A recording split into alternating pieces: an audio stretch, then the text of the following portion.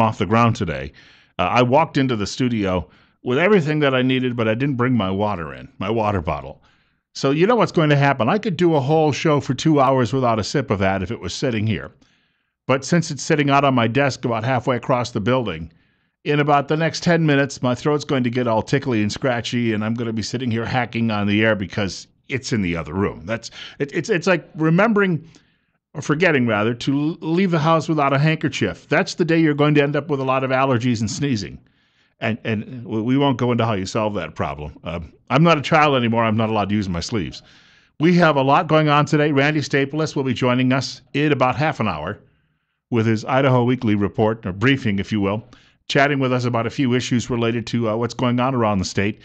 I also have a story coming out of Washington. Department of Homeland Security says that right-wing Americans, once again, could be plotting dangerous activities across the country. But Islamists are not extremists. Extremists are just extremists of any kind. So we can't say anything about Islamic extremism. That would be wrong. But when it comes to Tea Party extremism, that would be right. So details on that coming up a little later in the program as well. But right off the top, I just wanted to mention the Academy Awards last night. I know some of you may have decided to watch it. I long ago, I made a decision in my life that these award shows just bore me silly, that it would be a waste of time to watch them. It had started before I went to bed, but I did not catch any of it. I went off to La La Land and just forgot about it, knowing, even though the Drudge Report was hoping that American Sniper would get nominated as Best Picture, knew it wasn't going to happen. And the Academy did the safe thing. They decided to appease all of the political ranting going on this year because, as you know, one side claimed it was mean that Selma didn't get many nominations. It's not really a great film. Unlike they didn't complain at all. Somehow they feel it is racist that the movie didn't get nominations, even though 12 Years a Slave recently did very, very well at the Academy Awards. So they overlooked that. But apparently now every year, as part of the reparations deal, a movie about a figure that was a black American has to be nominated for Best Picture, and likely has to be, given the statue for Best Picture. I haven't quite figured that one out yet. So there was all of this screaming on the American left about how this was just a total diss of the people of color really across the country. And then when there was a nomination for American Sniper, it started. They started bringing up all of the old issues they had with the war in Iraq, how awful it was, how awful the main character portrayed in the movie was. And this just went on and on. And even the Washington Post fact checker wrote a column fact-checking the movie. Because sometimes in movies, you have to, in a 2-hour story, or 2.5-hour story it may have been in this case, you have to sort of shoehorn some details together. So one event that may have happened in one tour of duty for Chris Kyle was pushed into the movie as two events taking place, even though the events took place, but the timeline for the movie's sake was altered occasionally. So it was ripped apart by the Washington Post fact checker. And you know there was pressure on these Academy members. They could not give this movie Best Picture. It may have been. It was a tremendous film. I saw it a few weeks ago. But they could not do it for political reasons. They would not have been able. I know it said that a lot of them are anonymous, but I'm sure a lot of people in Hollywood know exactly who they are. That they would not have been able to go to all of their parties, snort their cocaine, and hold their heads up high afterward if they had given the Academy Award nomination for Best Picture to American Sniper. So for that reason, they picked a film called Birdman that nobody has seen. There might be 13 people on the West Coast who went to see it, and perhaps a couple just got into the wrong theater in Nebraska, so we might be up to 15 people who actually saw that movie. And it is now Best Picture. It's how they got around it all, because they figured, well, this will appease the Selma crowd who are angry, and this will appease the other leftists who are angry about American Sniper. And so that choice was made. It's not unusual. I have a friend who was on the air with me just on Friday morning. His dad was once nominated for an Academy Award back in the 1970s. And he told me, he said, it's an entirely political contest. He left me a comment this morning on Facebook about it. And so I tend to agree. These are people who are not out looking to pick the best, and that's unfortunate. And there are marketing campaigns going on in the background. And as I say, there are campaigns to discredit films. So here you go. The left has triumphed once again in the United States. At some point, though, and I think that most people who listen to this program mornings understand this, Lefty and his God, the fellow in the fiery place, can continue to win battles all they want, but ultimately they're not going to win the war. Our guy he's more powerful. And for that reason, they can gloat all they want, but it's going to be a very temporal thing, and it will pass. We have a lot of other things I'd like to talk about today on the program. And I had to get that off my chest, though, near the top of the show, because I'm sure a lot of you people would agree with me and feel the same way about that, especially if you saw some of these movies. You knew that American Sniper was head and shoulders above any other, but we don't celebrate patriots anymore in Hollywood. That's considered to be, I think the French word is pronounced de rigueur. In other words, you stay away from it. And well, frankly, there aren't many patriots who are working in Hollywood. There's only a handful. Vince Vaughn and perhaps Clint Eastwood and a couple of others, Kelsey Grammer. But those people are being more and more marginalized all of the time because of the views that they happen to hold. It's 8:13. Bill Colley with you on KLIX. This is News Radio 1310 KLIX. We're heard all around the world, too, as well. Online at newsradio1310.com. Our telephone number, if you'd like to reach the program today, 736-0300. 736-0300. I do have to mention, it's 18 right now at our studios. It has been a while since we have felt a chill like this. On Friday afternoon, I was at the Home and Garden Show. I spent a couple of hours there that day, and Brad, the boss, was telling me, he said, don't get used to the notion that Februarys are always like this, where we have 60-degree temperatures and plenty of sunshine. He said, normally it's worse. Well, it got worse over the weekend. It cooled off a bit, and we're seeing that. On the other hand, my sister woke today to a temperature of 6 below zero. She's been getting used to this. She hasn't seen a temperature above freezing all month. And her high temperature today is expected to be 1.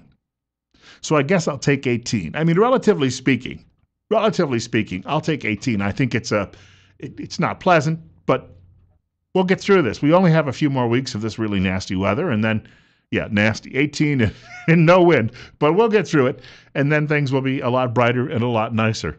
And some of the other things we're going to be talking about this morning, if I don't get a chance to bring it up a little bit later. After I got out of church yesterday, I headed back to the Home and Garden Show. In fact, I had a great time at the Home and Garden Show. Met some really wonderful people there.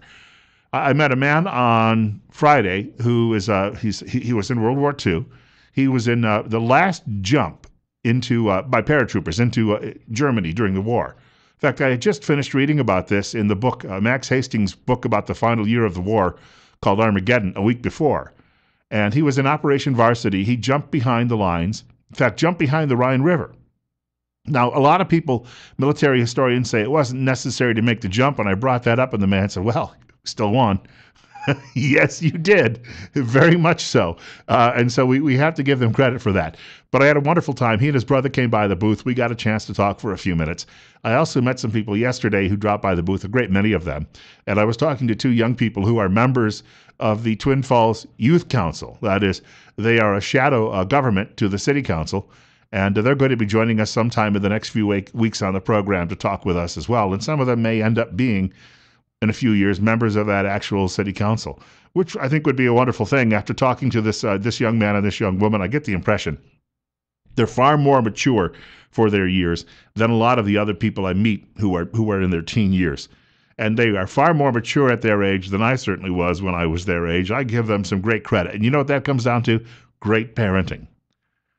So I finally got out of the home show about 4:30 yesterday, and I went home. I had to make a couple of calls to some family members who hadn't heard from me all day, and I called them and said hello. And when I finally got done, I took a look at the Times News. Yes, Twin Falls, the most popular newspaper. As somebody told me yesterday, in fact, the woman came by the booth and she said she once put an ad in this newspaper, and she said, the only people who came into my store and said they'd seen the ad were all old people. Yes, because nobody under the age of 50 really reads newspapers anymore, and I'm just barely above that list. So I'm one of the last groups of people who actually will look at a newspaper now and then. I know people say, well, get yourself a Kindle, get rid of all those books and things like that. I love the feel of something in my hands while I'm sipping a hot cup of coffee. But as usual, there's a great many things that I find unusual about the approach that newspapers take with how they report news. The editorial pages just make steam pour out of my ears. Some guy writing there yesterday about how the tax system soon is going to favor the wealthy and the middle class and poor will carry all of the burden. Do you realize in Twin Falls how many businesses have opened here in the last 10 years? And we talk a little bit about how the tax system favors the rich. But think about it for a moment. Think about all those businesses and the couple of thousand jobs that have been provided in this area because those people who got tax breaks at the top simply turned around and reinvested their money, and they gave you jobs. There was no real recession in this area compared to the rest of the country over the last half dozen years. And why again? Well, maybe it's that tax system, but the Libbies will not acknowledge that. So the fact that you have a job and maybe you didn't 5 or 6 years ago is irrelevant to them. Somebody else somewhere is having a better time perhaps than you are. What is it, the old Margaret Thatcher line? When she was criticized in Parliament one day, she said, here's the real truth about a liberal policy. She said, they're angry that the wealthier got richer, even while everybody else got richer too. And there's truth in that. They would rather have the poor be poorer as long as the rich could be poorer too. And that's how they see the world. But on the front page of the paper yesterday, and those of you who like to read the ag news, you have to really dig through the paper. And so if you're a traditional Idahoan who likes to read the ag news, what you were faced with was a couple of stories on the front page. Legal wrangling over same-sex marriage, a recap. And here's another one, a marriage like any other, with a couple of photographs. And they're affiliated somewhat with the Washington Post because they're promoting both their website and the Post website lately. The Post had a story yesterday on the op-ed pages. A woman was writing, and she said, I'm a lesbian, and I hope my daughter grows up to be gay too. It's a wonderful lifestyle. Okay, well, let's ask your daughter her opinion on that.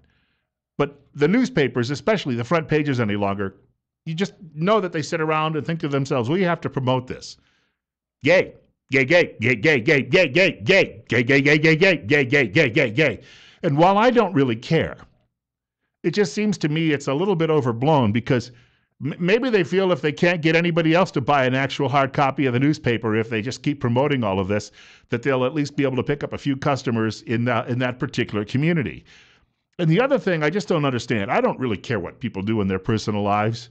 I have my own beliefs, but I do not try and kick down your door and force you to believe them. But why is it that these women involved in these relationships have to cut their hair off? Is it how many of them actually have long hair? Is this some sort of uniform? Maybe somebody out there can answer that question for me. But once somebody decides they're going to be in one of these relationships, it always seems they go get their hair cut really, really short. Why don't you just get a shirt and put a big L on it, and then we can figure out that's your team. You don't have to worry about the haircut. And you can grow the hair to any length you want. Look, we've got a lot to talk about today. The Department of Homeland Security says if you're a conservative, you're an extremist and perhaps a terrorist. More details on that ahead. As I mentioned a little earlier, we're going to be joined by Randy Staples in about 15 minutes, and he'll be talking with us about his Idaho Weekly Briefing. He lists gas prices around the state, where they happen to be last week, compiled, and the cheapest is way up in the northern corner of the Panhandle. And I noticed driving down the highway yesterday, we've seen a slight increase over the last week to 10 days. We're up to, in some places, a little over $1.90 per gallon right now, which, after I was paying a few weeks ago $1.50 something per gallon, seems a little harsh, but it's still well below what I've been paying for in the last few years. So, again, we get into these relative discussions. It's 18 at our studios. You're listening to Bill Colley this morning on Top Story on News Radio 1310 KLIX. And all around the world at newsradio1310.com, you can reach our program by giving me a shout at 736-0300. That is 736-0300. You can also email me at bill.colley, that is spelled C-O-L-L-E-Y, bill.colley at townsquaremedia.com. 8:25 at our studios this morning. I was talking about the gasoline situation because, according to the Wall Street Journal, prices are going to start not just creeping back up, but we may see some lurches where they take some big steep swings upward in the next several months. And that is because with the prices so low, a lot more people are going out and buying the F-150s, maybe even the 250s and the Dodge Rams and the Chevy Silverados, and they're driving those around. And of course, the feeling is they use a lot more fuel. And all around the world, people are now buying bigger vehicles for the very same reason. Government wants you to drive smaller, force you to drive smaller. You would prefer to drive larger, and you're willing to pay the price. But the idea that you'd have the liberty to drive a bigger vehicle really annoys, of course, the left in this country, because they want to make sure that you eat the right foods and that you take care of the planet for them. You may have a differing view on it, but your view doesn't matter. You've got it. They always talk about compromise, how Republicans won't compromise, but when it comes to the environmental fanatics, there ain't no compromise, folks. You understand how that goes. And then the Associated Press today, out of Idaho, reporting the federal government predicts that trains hauling crude oil or ethanol will derail an average of 10 times a year over the next 2 decades. Now, I don't know if that's a lot. I remember a train derailment in 1976 when I was just a little boy. It happened. The railroad near my house, the old Erie Railroad, ran like a big horseshoe around my little hometown. It derailed on April Fool's Day. Just as a group called Conrail took over the tracks, and people thought that was a rather strong April Fool's Day message in all of that. And one of my friends had woke him up because a train car ended up in his backyard. He said he thought that his sister had fallen down the stairwell.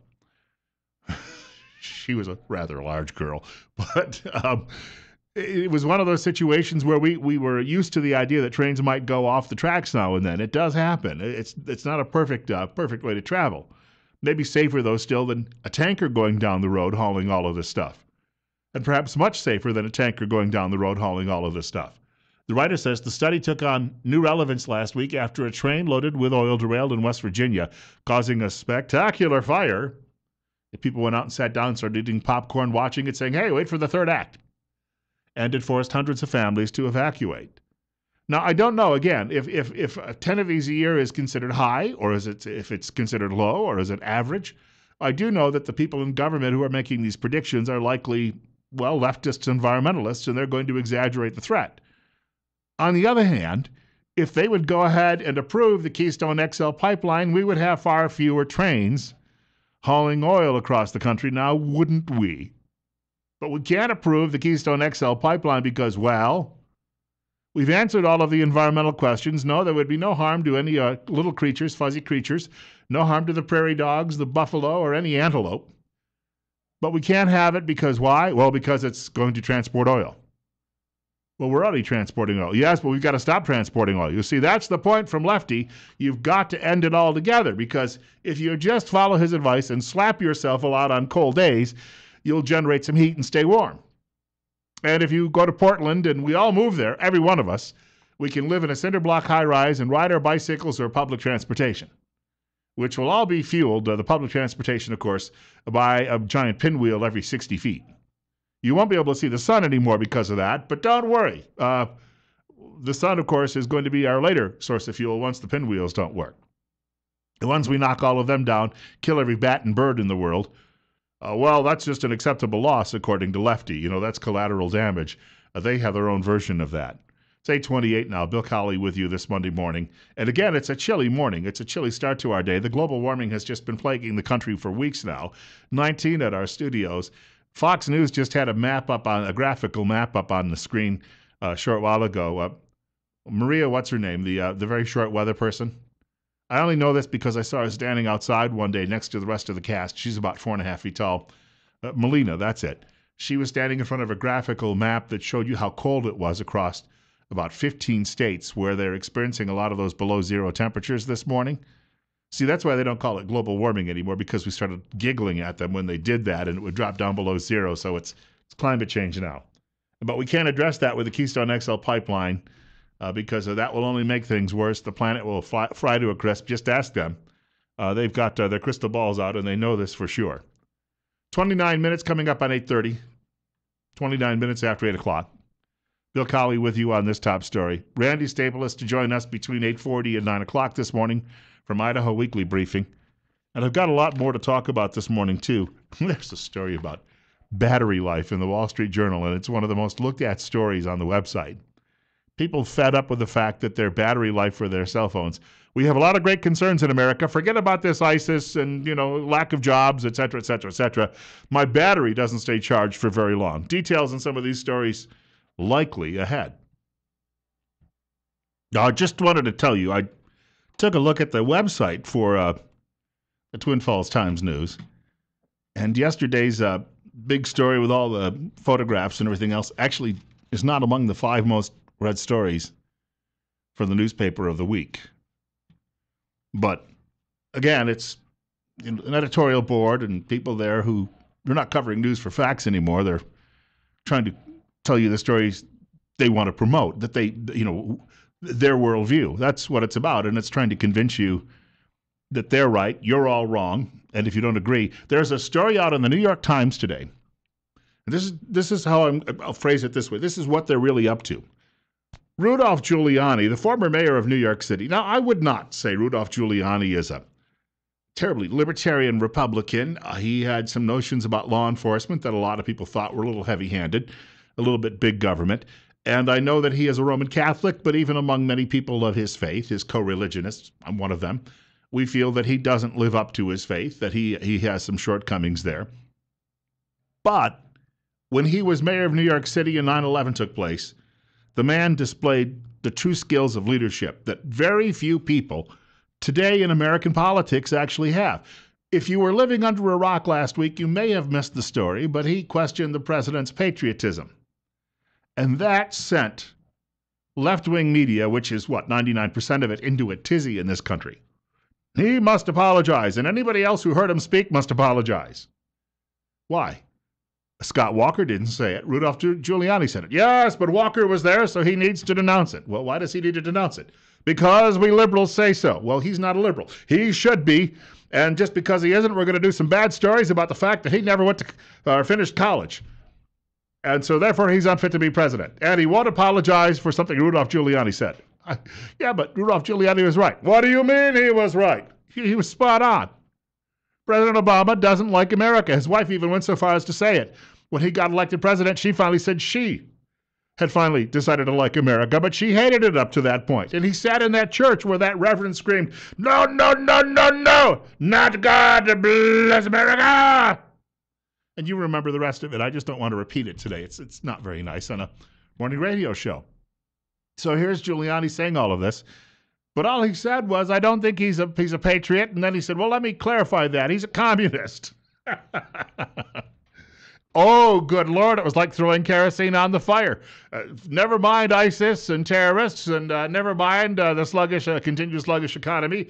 We have to spend all of our time talking about this now for the next several weeks.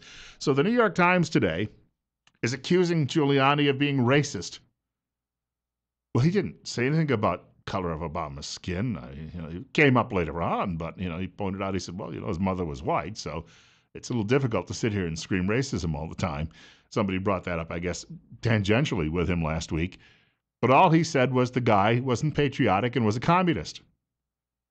The N-word didn't come in there anywhere. Communist may be a C word, and lack of patriotism, lack of a P word. But according to the New York Times today, Rudolph Giuliani is a racist. Why? Well, he criticized the president, Well, what's wrong with dissent? Hillary Clinton used to say it was the highest form of patriotism. Well, yes, but she was talking about Republicans now, wasn't she? That doesn't count. So when we're talking about President Obama, a transformational figure, of course it's transformational. He's turning it into a communist country.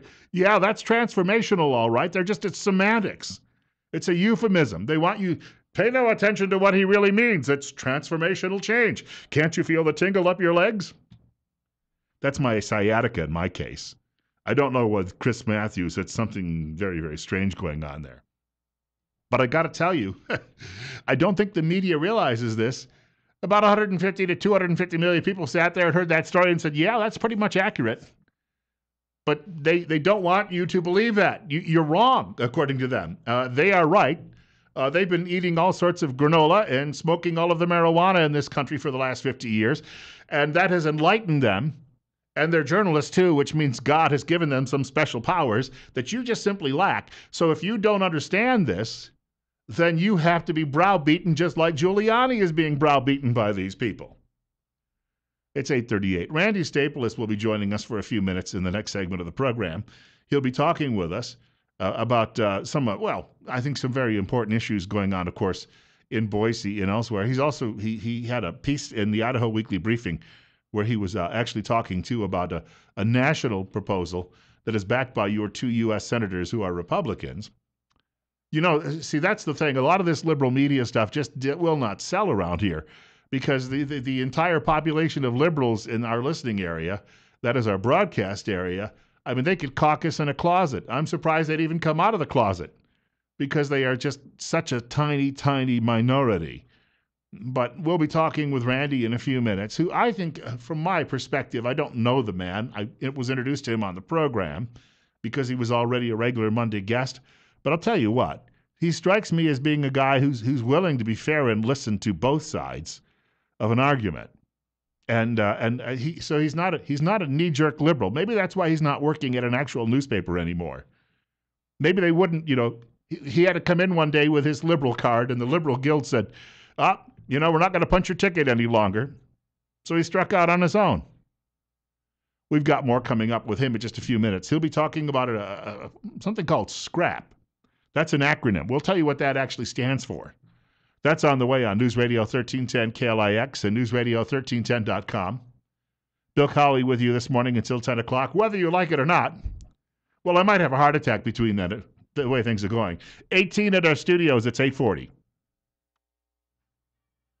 As I was mentioning a few minutes ago, we are joined this morning, as we are on most Monday mornings during this time slot, by Randy Staples from the Idaho Weekly Briefing, and he takes some time to talk with us about events going on, not always just in Boise, where state government, of course, is making the sausage right now, but also sometimes events that take place far away in Washington, especially if they involve our local congressional delegation.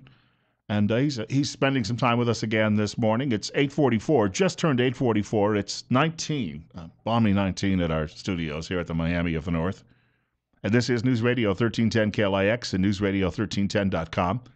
Bill Colley with you on Top Story. And Randy, welcome back to the show. Well, good to be back.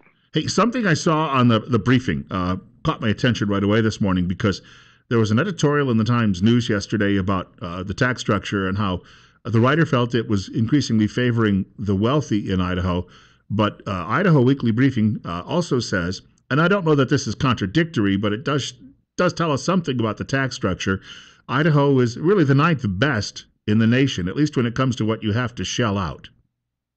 Well, it's ninth lowest overall, according to the report by the State Tax Commission. And it, from what I can see of it, and I've glanced through the report, and it appears to be a pretty straightforward kind of thing. I think that it is lower than most states, the tax rates overall in Idaho.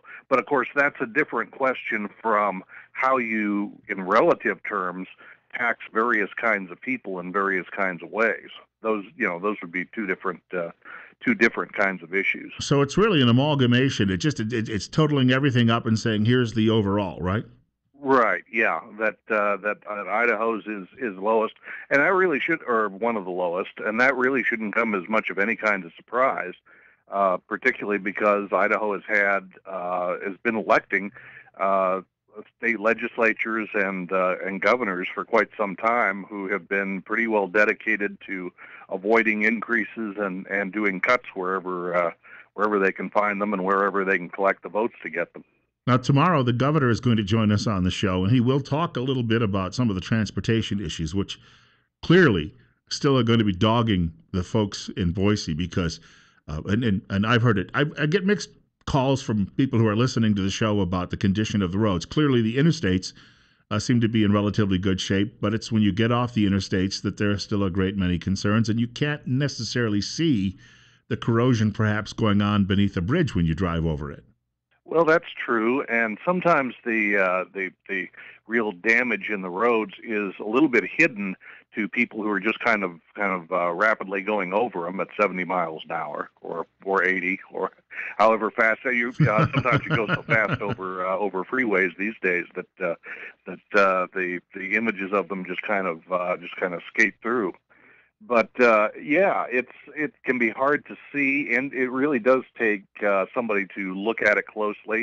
It takes engineers to look at it, and sometimes the damage that can occur in roads really is hidden on the surface until the major crack-ups really start.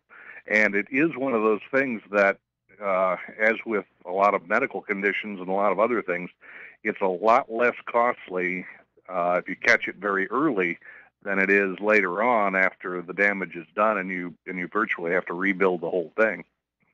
On another topic, Friday I was talking to one of my coworkers who was telling me about a great restaurant in town that he thought I should try out because he said this restaurant has fresh potatoes.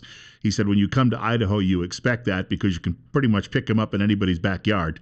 And he was criticizing restaurants, he was telling me, that serve frozen potatoes. Agriculture is such a huge part of industry in Idaho in this day and age.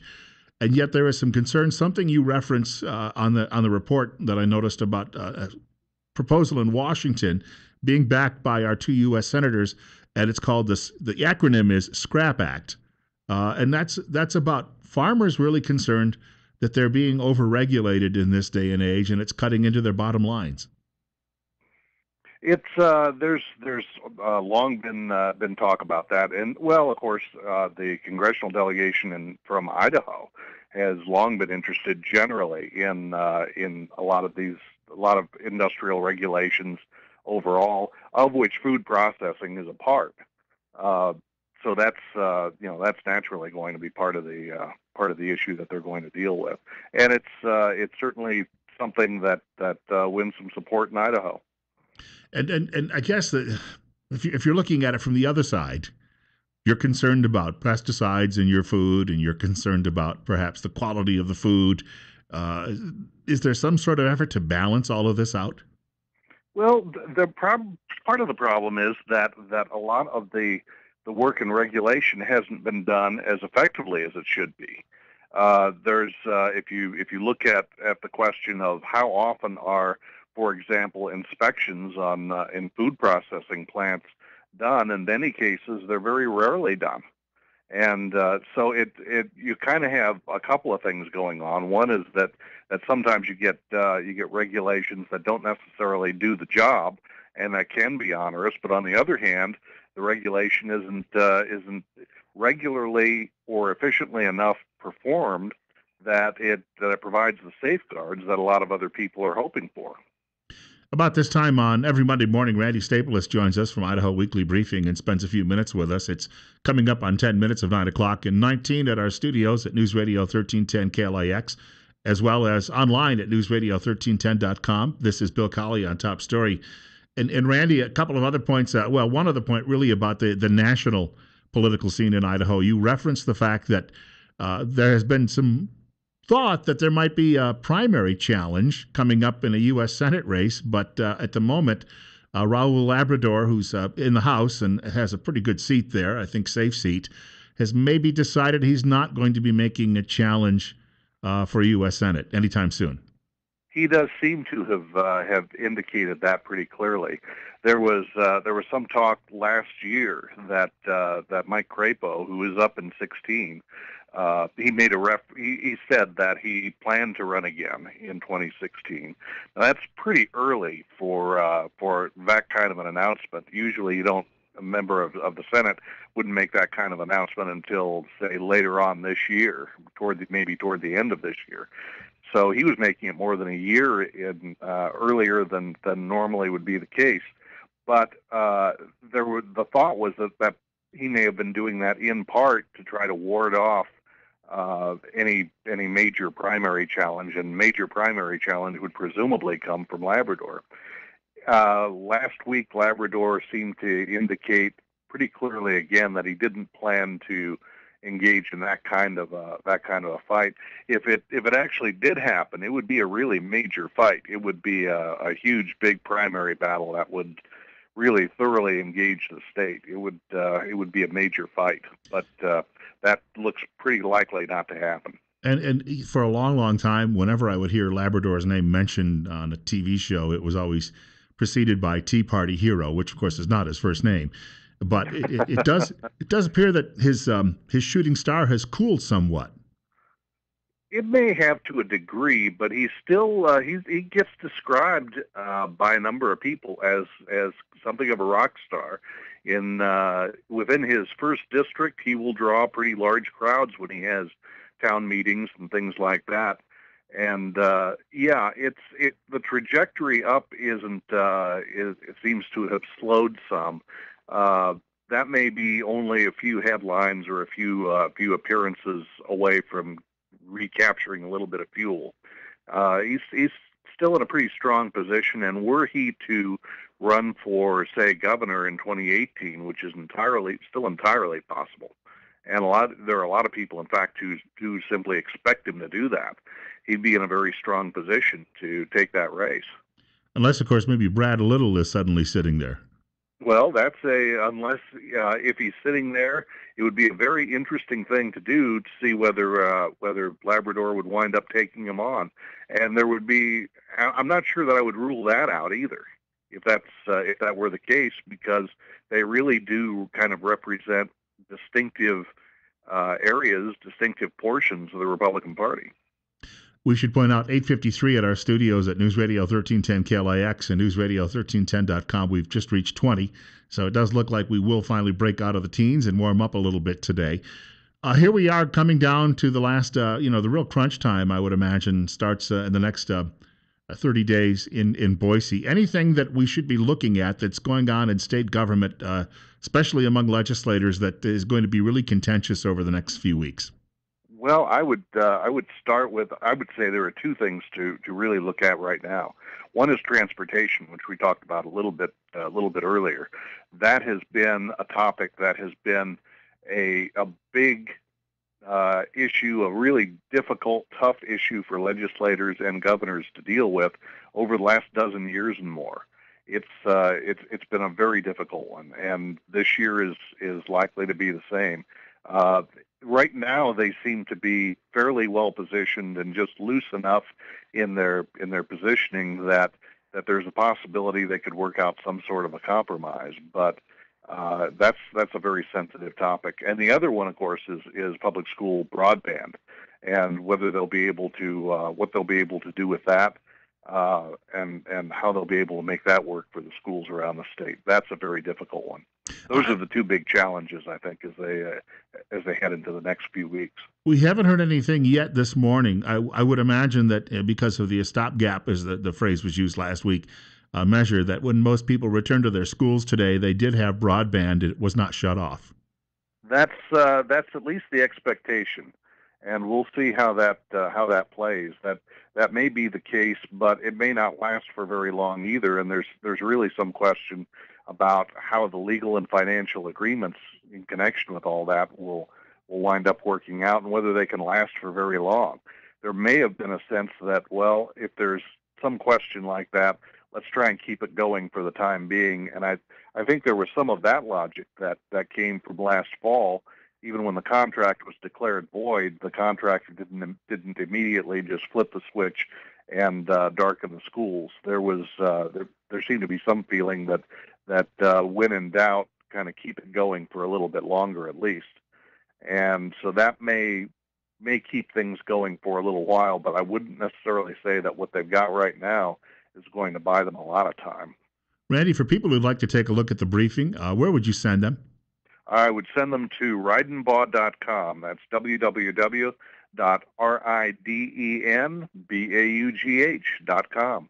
And before we wrap up, got about a minute left. With this whole a minute left in the segment, with this whole broadband issue, is it possible that somebody down the line somewhere could face maybe some sort of criminal action? That's not inconceivable, because the kind of thing that's been talked about at this point, you would need to get into some kind of a charge of corruption. I'm not sure that has necessarily happened. I'm certainly not going to make the accusation myself, but it's I wouldn't say that it's inconceivable, depending on what an investigation might turn up.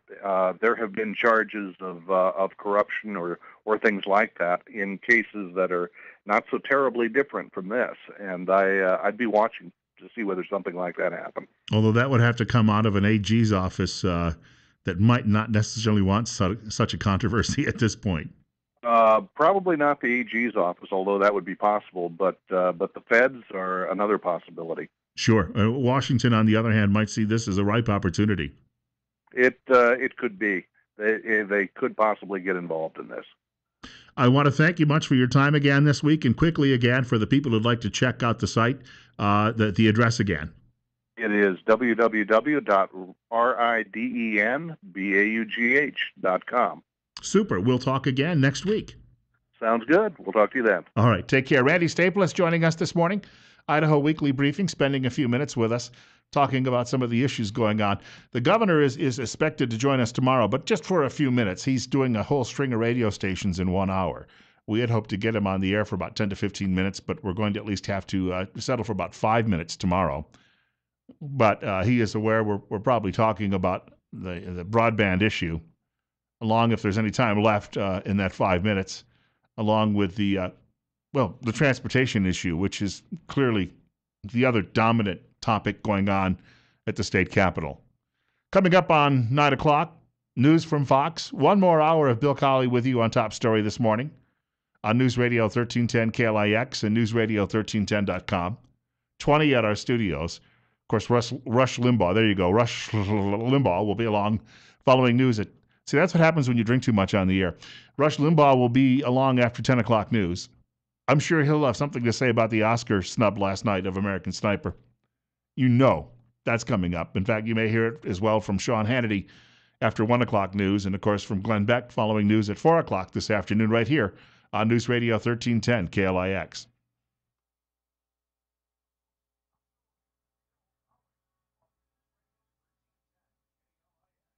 Friend of mine just sent me a note about, I was just briefly mentioning earlier in the last hour about terrorist threats in the United States. He sent me a rather interesting email, and he thinks it's actually, put it this way, a scam to try and influence the decision on voting for Homeland Security funding. And there's a terrorist warning out, even though they refuse to refer to Islamic terrorism as Islamic terrorism in the White House. They're warning today at DHS, Department of Homeland Security, they are warning that right-wing extremists, that is Tea Partiers, are ready to go out and start apparently causing all sorts of havoc across the country. So Americans, red-blooded patriotic Americans, bad. Islamic terrorists don't exist. And I'm going to get to a telephone caller in just a minute on the program, but I'd like to mention too as well our good friends at Western States Bus Services, where they're hiring part-time bus drivers right now. Split shifts, 5 days per week, summers off, and scheduled, no school days. Pay is $10.75 per hour. You can apply today by contacting 733-8003. Western States Bus Service is an equal opportunity employer. 8 minutes after 9 o'clock. Bill Colley with you. 20 degrees at our studios at News Radio 1310 KLIX and newsradio1310.com, which is our website. We can be heard anywhere around the world. 736-0300. We have a telephone caller, I believe, with us who's been trying to reach us for quite a few minutes. And you're up next. You're on the air. What's on your mind this morning?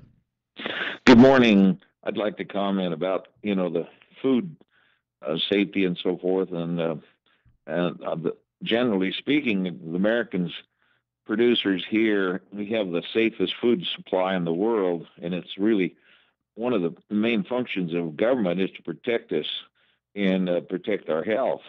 And yet we're importing so much food now from foreign countries that we're growing pork and chickens here. We're sending it to China, and I guess the processing plants are just absolutely horrendous. And then they're shipping it back over here in finished products, and you can find those products. And right now they're still labeling, but they're trying the World Trade Organization is trying to stop the country of origin labeling. But, we have an obligation from our government to protect us from all kinds of diseases. And we see how the immigration thing is probably bringing in measles. And now we're bringing in all kinds of food that we don't know anything about the inspections. And certainly the Chinese are not going to let American food inspectors over there, because I understand from the reports it's just horrible. But here's the bottom line, talking about regulations. We have about $15,000 a year is the cost of regulations. We're just being totally overregulated. And just last year alone, there were 79,000 pages printed in the Federal Register of more rules and regulations to just eat out our substance. And when you think about that $15,000 a year cost, people wonder why Americans have they don't have a pot to pee in when they retire, is because they're paying for all of the regulations. I thank you much for the call. And a couple of things about that to note. When I go, I love sweet onions. Vidalia onions, one of my favorites of all time. They're grown in Georgia. Probably the best tasting onion I've ever found. But what disappoints me is I go into a store and I'll go looking for sweet onions, and the ones that I usually find aren't grown here. They're from some other country. They're imported here. Well, we've got to help them and lift them up, because if we find jobs for them, then they won't be angry. Well, yeah, but what about my fellow countrymen who are angry? Well, they're right-wing extremists who are going to go out and cause all sorts of problems. Well, they wouldn't be right-wing extremists if you didn't keep giving away their birthright, what they earned, what their parents earned, what their grandparents earned. I don't understand this. Years ago, one of my bosses was shopping at a Dollar Tree. He just ran in there to pick up a couple of small things, and he started looking at some of the canned goods.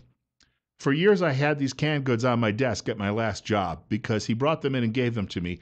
It was from all of this stuff that was canned in China. And he said to me, a lot of these vegetables and the peaches as well that he brought in, canned peaches from China, he said, used to be grown right around here. He said, they're not any longer. So you go into one of these Dollar Tree stores, and all of the people who are shopping there, who are forced to shop there, I guess, because they can't afford anything else, are buying. It's not just that we have to go to Walmart and buy all of the cheap trinkets that China manufactures, but now you go to buy food and you're supporting Chinese business that way. It's somebody out there has some sort of intention here that isn't very nice when it comes to your future, or the future of your children, or the future of your grandchildren. 12 minutes after 9 o'clock. And they wonder why some Americans, flag-waving patriots, might start to become radicalized. It's 21 at our studios. Bill Colley with you on News Radio 1310 KLIX, as well as all around the world online at newsradio1310.com. The Department of Homeland Security. Well, there has been a big argument because Republicans have passed a bill, but they're not going to fund amnesty. Media's not telling you that part. They're just saying, oh, Republicans are being bad, and they're not being liberals. Liberals are good. Republicans aren't liberals. Republicans are bad. So here we go. Homeland Security could shut down. Now, I'd never met a liberal who thought it was a very good idea to have a Department of Homeland Security when it was created right after 9/11. But now that Republicans won't play ball with them, well, wait a minute here. This is a wonderful department. And the deadline looms. I think it's a little later this week, middle of the week, for funding Homeland Security. A friend of mine sent me an email. He says, and voila, all of a sudden, there's a Somalian threat, not that there's any who live around here, to blow up malls in the United States.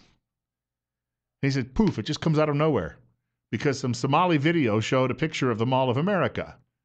And his view is that this is all being done as a scare tactic to motivate people to go ahead and pass extension of the Homeland Security bill, and that is keeping the doors open so we also, by the way, can go about granting amnesty to tens of millions of people who don't belong here. Yeah, wouldn't that be the way it works in Washington? Nah, they would never pull anything like that, would they? Meanwhile, President Obama, all of his minions at the State Department, over at the Justice Department, and over at the Department of Homeland Security, a lot of redundancy going on here, I know, but it helps them provide jobs for liberals who otherwise wouldn't be employable. They are all saying that when it comes to Islamic extremism, there is no such thing as Islamic in that, and it would be mean and rotten to do that. On the other hand, the people who remain working at the Department of Homeland Security have issued a new report. This from Kellen Howell at the Washington Times. The Homeland Security report predicts that most sovereign citizen violence in 2015 will occur during a routine law enforcement encounter or at a suspect's home. That means when the SWAT team's kicking down your door and perhaps getting the wrong house. During enforcement stops and at government offices. That according to CNN, which is picking up this story, leaked to the Communist News Network. And going back to the top of the story, a new Department of Homeland Security intelligence assessment circulated this month focuses on the threat of right-wing sovereign citizen extremist groups in the U.S. Yeah, all 7 of them. You've got Islamists all over the world burning people alive, chopping people's heads off, blowing up school buses, and yet in this country, that's just considered violence, but it's not Islamic violence, of course. We have to really be worried about people who believe in the Constitution and their liberties. That's what we have to be concerned about in America, and I'm glad the Obama White House is on this. In other words, people who didn't vote for President Obama are very suspect. The new assessment, the writer says, comes as President Obama is holding a conference to focus on efforts to fight violent extremism, while the White House has come under fire for its refusal to use the term Islamist extremism during the talks. There has been very little discussion on the domestic terror threat from sovereign citizen groups. They issued this a few years ago, similar report, and they backed off of it because once it got leaked, there was criticism. They were saying that the violence would come from American troops who were returning from overseas having fought for their country. And we had to watch out for them. So, when you go down the street, don't worry about Abdul there who's carrying that bomb with a lighted fuse. No, if you see somebody who's just gotten off a plane and wearing their uniform still, remember, that is a very dangerous individual according to the United States government. 916, Bill Colley with you on News Radio 1310 KLIX and newsradio1310.com. And you could reach our program today at 736-0300, 736-0300. So there'll be another summer where we're told that there are evil people who want to graze their cattle on federal lands, which, of course, were appropriated by the federal government without your permission. And then it'll be said, well, they're not nice people because they don't hang out with people of color, so they're therefore bad, and they're right-wing extremists because they want to live the way that their forefathers did. All over again. It's just repeat performance every year. And it's relentless. And the devil is relentless like that. He keeps probing for openings. And he just keeps, and you can turn him back. He's going to show up the next day and look for another one. I've said it a lot on the radio, and it bears worth repeating, is that if you are doing business, and this is my hypothetical, if you own just a hardware store on your local main street, wherever you live, and you're busily working one day and you notice across the street that the devil has moved in and opened up shop in what had been a vacant store, and the devil is over there doing business, and you ignore it, the devil doesn't really care. The devil will go about grabbing souls off the streets. When they come through the door, he'll make sure that he entices them and gets them on his team, and this will go on and on and on. And he'll leave you alone until the day you suddenly say, I've had enough. And if you walk outside, and as people are walking up and down the street, you start pointing across the street at the store and saying, hey, that's the devil over there. That's the devil in operation. You've got to be careful. Then the devil isn't going to be very happy with you.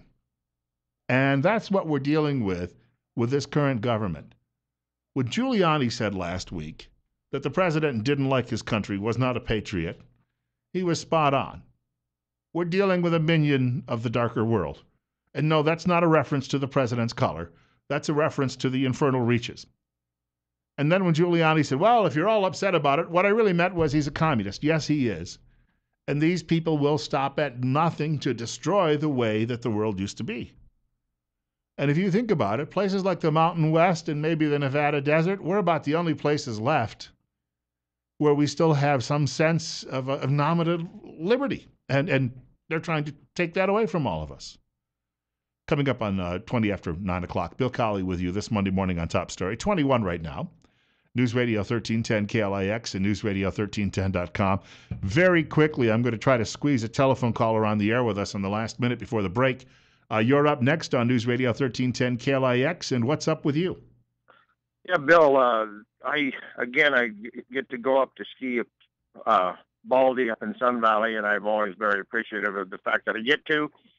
But while I'm on the lift, I like to talk to people. I was skiing by myself yesterday, and every lift ride was a new adventure in investigation. And there was a lady there from Vermont or New Hampshire who was talking about, well, this was the unique thing about it. She said that the snow was everywhere, but on the mountains where we ski. And she says, it's funny how it snowed so heavily in the liberal states and in liberal cities. And I said to her, I says, well, do you think that somehow God is punishing these people? And for some reason, she never gave me an answer, but she was a conservative from the East. And so it was amazing that you could find these people, but I guess they are there. And so, but, another ride, I ran into a guy who was from Michigan and who's from Battle Creek, Michigan, cornflake country. And I was talking to him about Detroit, and this guy could have been my neighbor. He was so fed up with, so they gotta let you run because I've got a hard break here, but at least he wasn't a flake from Battle Creek. More details ahead.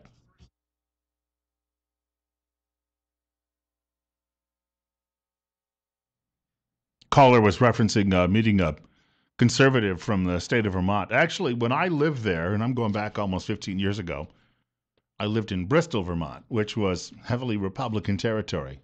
The problem is that Burlington, which is the biggest city, filled with liberals, and Rutland and Brattleboro and Montpelier, the state capital, all pretty much the same story. So the old Yankee Republicans there have long been outnumbered by all of the people who showed up in Volkswagen buses in 1968, decided to stay and fire pottery.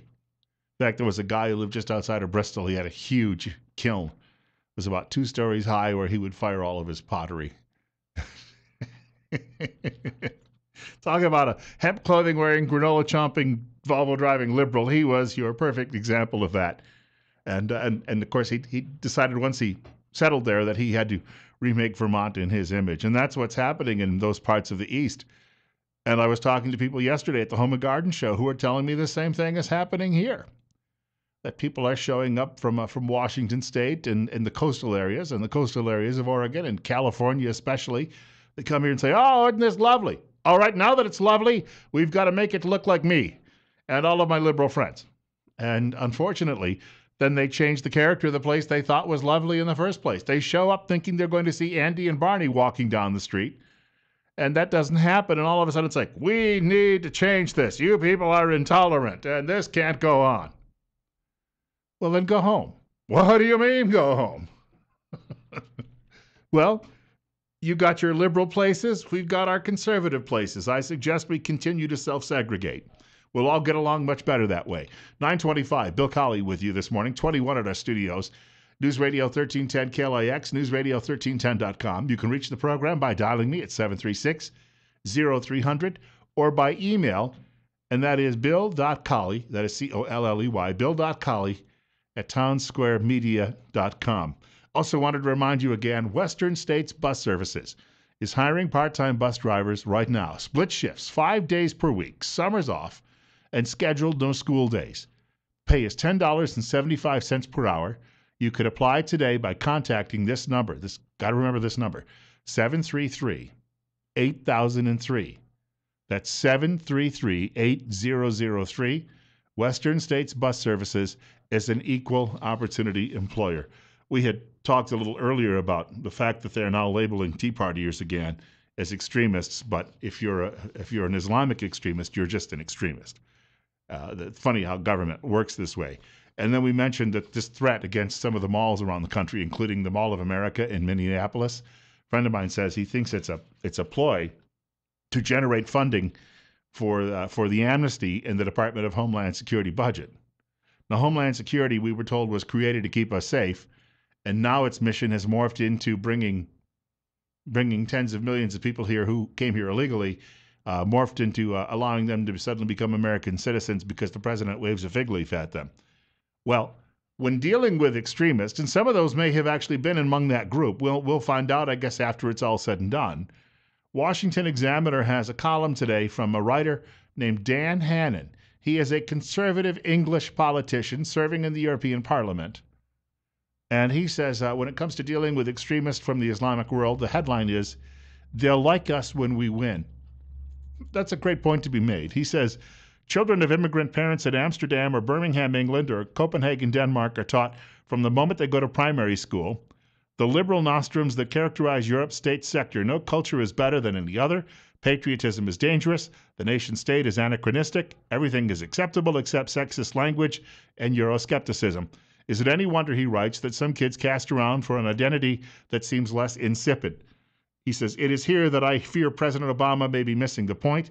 Then again, ringing endorsements of Western values aren't exactly his thing. Virtually his first act on assuming office was to go on a world apology tour, telling delighted European audiences that America had been too arrogant and too ready to resort to force. He says the Euro pantywaists lapped it up, of course, but they weren't the only people listening.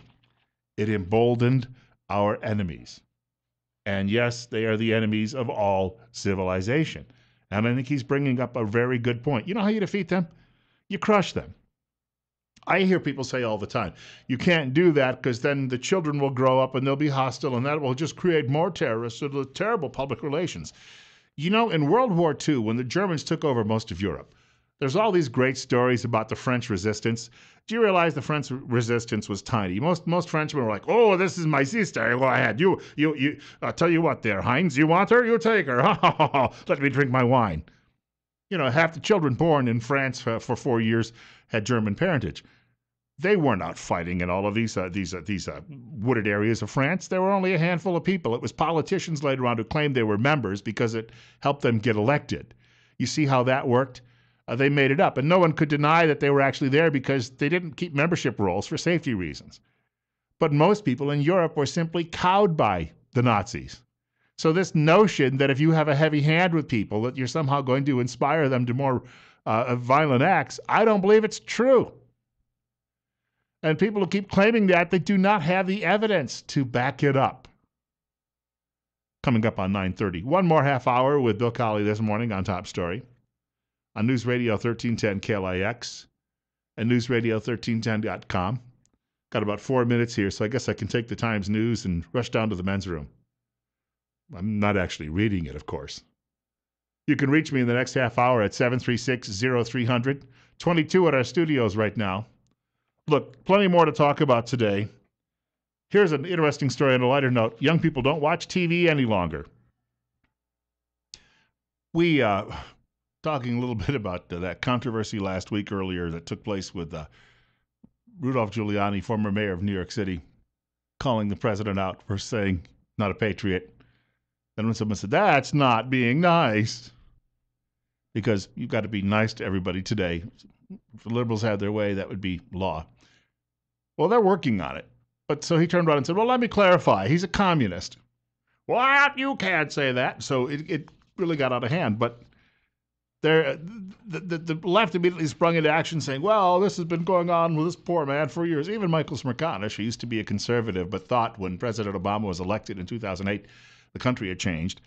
And Smerconish showed his true colors by just, morphing into a liberal at that point. He went on his TV show on CNN, which, of course, nobody saw. But I saw a video of it over the weekend.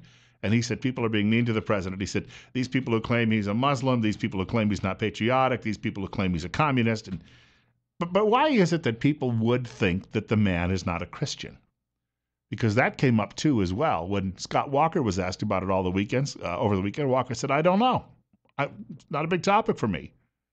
And he said, why don't you go ahead and cover something really newsworthy? And that only made the press angrier. It's like he was supposed to stand there and say, yes, President Obama is a Christian. I know that deep within my own heart. Because that's what media wants people to say so they can... Media isn't going to ask that question itself, but they want other people to answer it, put other people on the spot. Well, there is a reason a lot of people simply don't know, according to the columnist Byron York, who, if you watch any Fox News, you'll see Byron York on as one of the occasional talking heads. And he writes for a number of right-wing publications in this country, which I'm not saying is a bad thing. But he has a column at Washington Examiner, actually, where he says in August 2010, a Pew poll made news when it found that 18% of those surveyed believe the president is a Muslim. Now, that's less than 1 in 5. And the name might be one reason you would think that. He writes, though, just as notably, and this is what media failed to really focus on, 43% of respondents in that survey told Pew they didn't know Obama's religion. Among those who said they didn't know were 41% of Democrats. Gee, did anyone bother to tell you that? No, of course not. So that was 2010. And then later, 2 years later, the Pew did a similar survey. In 2012, another election year, Pew asked the question again and found that 36%, still more than one-third of Americans, did not know the president's faith. When they were asked, they said, I don't know. So Reverend Wright's church, believe me, that's not Christianity, that's just hate. Even Lefty had to admit that. So 51% correctly identified the same year Mitt Romney as a Mormon. 45% had been able to say President Obama was a Christian. So Obama had been in office on TV every day for a few years by then, right? Almost 4 years. And while campaigning, maybe make it 6 years. And still more people knew Mitt Romney was a Mormon. Well, of course, media wanted to try to tell you that because even though they claim they're not that they're not prejudiced in these situations, they don't like Mormons because they're generally conservative people. So they were hammering away, hoping that would separate liberal voters from Mitt Romney in that situation. In fact, I remember during that campaign, Keith Olbermann came on his show on MSDNC. Was he still there at the time? Or had he gone over to Al Gore's Fruitcake Network? Anyway, he came on his TV show, and he came out attacking Joseph Smith, calling him a con man and a charlatan. And I thought, wow, I wonder if he would ever do that about Muhammad. Of course not. He wouldn't survive the walk home after he got off his show. Well, he's got to be walking. He's a liberal. He wouldn't ride in a limo, right? York says there is a reason a lot of people don't know the president's faith. George Bush, his predecessor, while in office, went to church 120 times in 8 years. Now, a lot of times what they'll do as a president, you don't want to disturb somebody at their own church, make them wait for hours to come in while it's all swept, and then make them wait for another hour after you've left.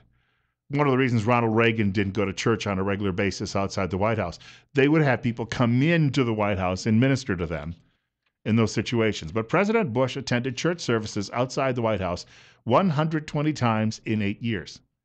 In President Obama's first 5 years, his spokesman said Obama had gone to churches 18 times.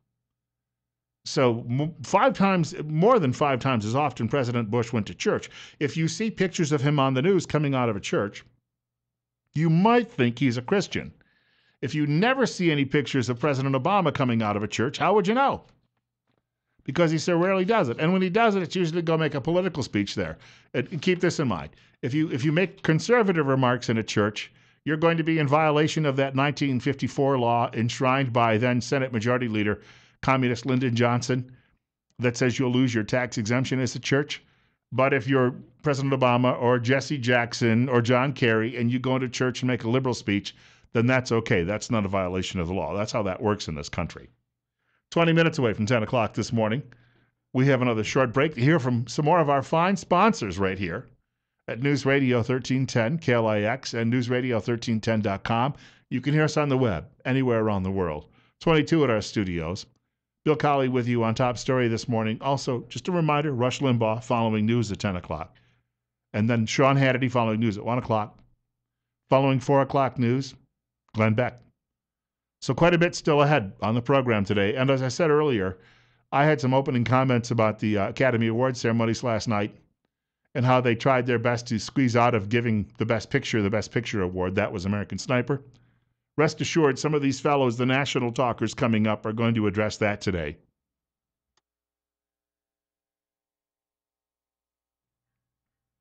Here's another reason not to send your kids to public school and consider homeschooling.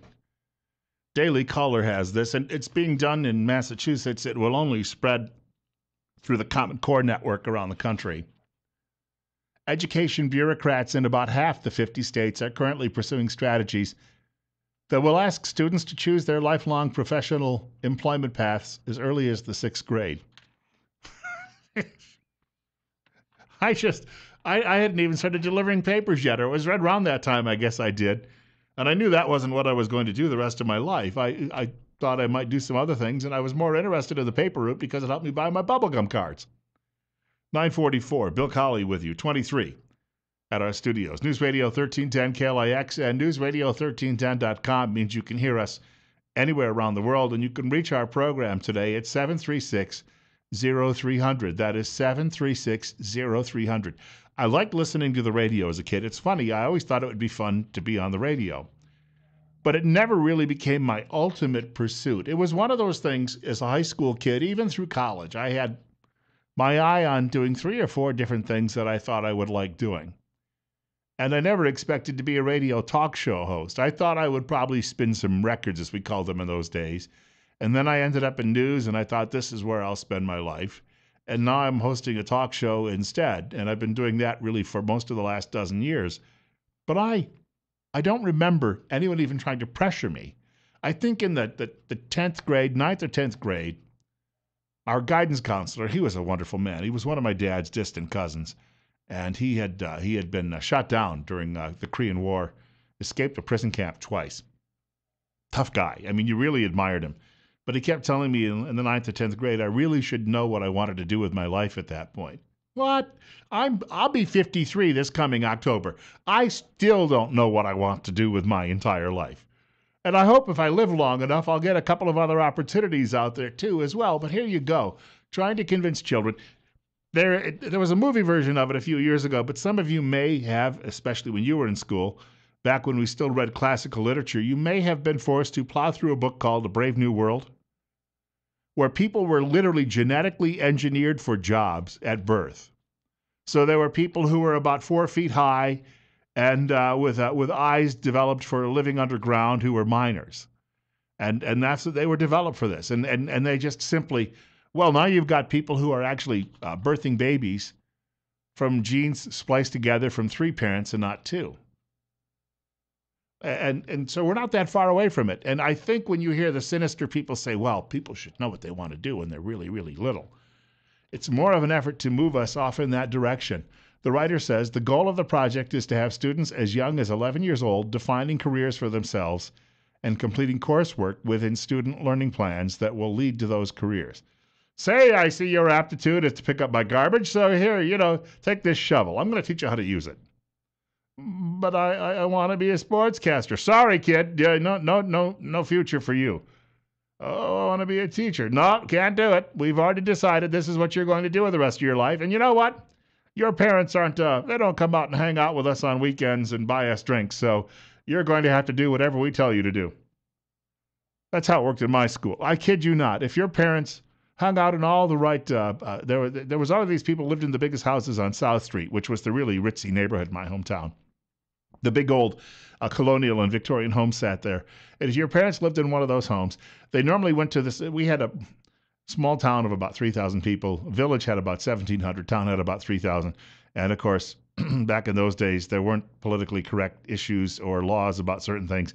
So there were 14 places where someone could buy a drink. I remember my dad counting them up with me one time as we were driving down the road, trying to figure out how many, which is why on Saturday mornings, he would always take me down to the junkyard. That was our activity. Weekend mornings on Saturdays was always to go to the junkyard to look at all the wrecks from the previous night from all of the drunks. But if your parents lived in one of the big houses on South Street, then they went and they hung out at a place called Moonwinks, which was where all of the expensive drinkers went. They charged 2 or 3 times as much for a beer as you might at a regular beer joint. And all of the school teachers and administrators would also hang out in there. So if your parents were hanging out with them, you got pushed into what was called the A group, and you got pushed into one of those A careers. But if my parents were not among that group, you got pushed into, I was probably as bright as the A kids, but I got into the B group. So I was going to be groomed for some other, from grade school on, groomed for some other career, but not a professional career. And then if you could end up in the C group and the poor kids in the D group, it was, why didn't you just tell them, look, hey, welcome to kindergarten. We know you're going to drop out before the age of 16, but just hang around in the D group over there and just keep your mouth shut. Otherwise, you'll be spending all day in the principal's office. That seems to be how it worked. Now, we're going to enshrine it with these new plans that you see that are being recited today in the Daily Caller. A woman by the name of Jane Robbins, she is a senior fellow with the American Principals Project. She had this to say, to me, this is one more indication that we have lost our collective minds. Well said. I mean, I just couldn't say it better myself. Reverend Governor Mike Huckabee is coming up shortly with a Huckabee Report right here on News Radio 1310 KLIX, brought to you exclusively by the financial advisors at Waddell & Reed in Twin Falls, 736-6563. That number again, Waddell & Reed in Twin Falls, 736-6563. Oh, I'm just looking at a graphic up on my monitor here. American Sniper has grossed $320 million at the box office. Birdman, not even a tenth of that. There you go. Politically correct movies.